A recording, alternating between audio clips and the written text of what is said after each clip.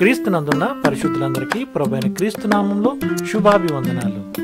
దేవుని ప్రేమ ఆధ్యాత్మిక కార్యక్రమానికి స్వాగతం. నన్ను ప్రేమించు వారిని నేను ప్రేమించుచున్నాను. నన్ను జాగ్రత్తగా వెతుకువారు నన్ను కనుగొందురు. సామెతలు 8వ అధ్యాయం 17వ వచనం. జ్ఞానం అనేది తనను ప్రేమించేవారిని ప్రేమిస్తుంది, తనను వెతికేవారిని వెతుకుతుంది. జ్ఞానాన్ని వెతికేవారు జ్ఞానవంతులు. శ్రద్ధగా దాన్ని వెతుకుతున్నారు కాబట్టి వారు ఆ జ్ఞానాన్ని దరిదాపు సంపాదించుకున్నట్టే. ఏది నిజమైన జ్ఞానం అని పిలువబడుతుందో అది యేసులో నిజంగా మూర్తీభవించింది. కాబట్టి జ్ఞానాన్ని ప్రేమించడం అంటే యేసుని ప్రేమించడమే. జ్ఞానాన్ని వెతకడం అంటే యేసుని వెతకటమే.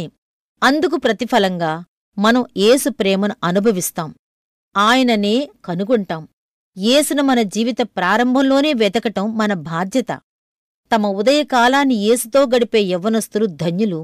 యేసుని వెతకటం అనేది వయసుతో నిమిత్తం లేనిది. ఎంత చిన్న వయసులోనైనా ఆయనతో సహవాసం చెయ్యవచ్చు. చిన్న వయసులోనే యేసుని వెతికేవారు ఆయన గూర్చి ఎన్నో గొప్ప విషయాలు నేర్చుకుంటారు. జీవిత ప్రారంభంలోనే మనం ఆయనను శ్రద్ధగా వెతకాలి.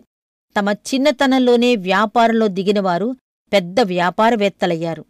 గొప్ప భక్తులంతా యేసును తమ బాల్యం నుండి ఎంతో ఆసక్తితో సేవించినవారే.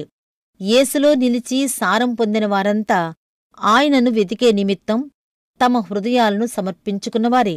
మనం తప్పనిసరిగా యేసునే ముందుగా వెతకాలి.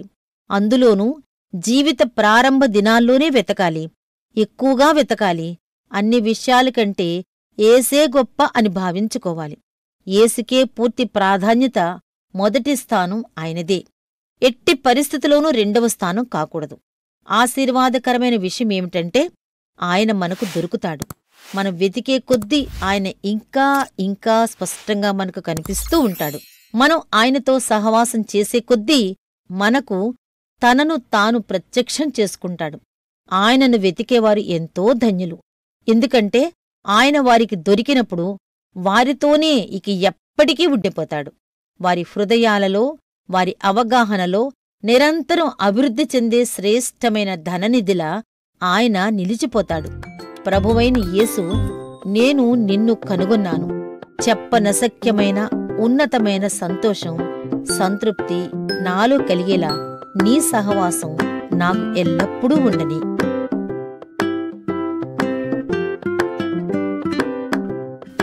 దేవుని ప్రేమ ఆధ్యాత్మిక కార్యక్రమాన్ని చివరి వరకు వీక్షించిన శ్రోతలందరికీ మా హృదయపూర్వక వందనాలు.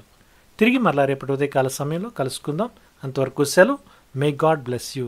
దేవుడు మిమ్మల్ని అందరినీ దీవించును గాక. ఆమెన్.